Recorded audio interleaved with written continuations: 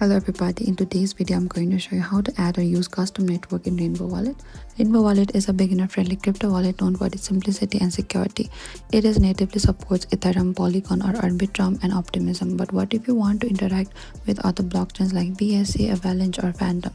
And in this video I'll show you how to safely add or use custom network in Rainbow Wallet. Even though the app does not allow manual network addition like MetaMask, you'll also learn how to interact with these networks through Wallet Connect or bridges.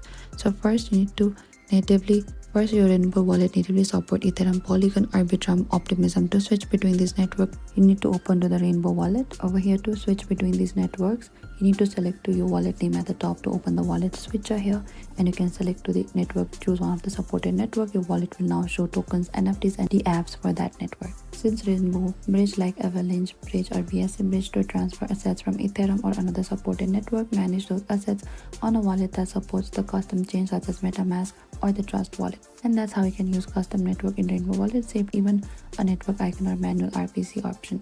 Thank you for watching this video. I hope I could help you. If you have any trouble or questions, please comment down below and we will reach out to you very soon.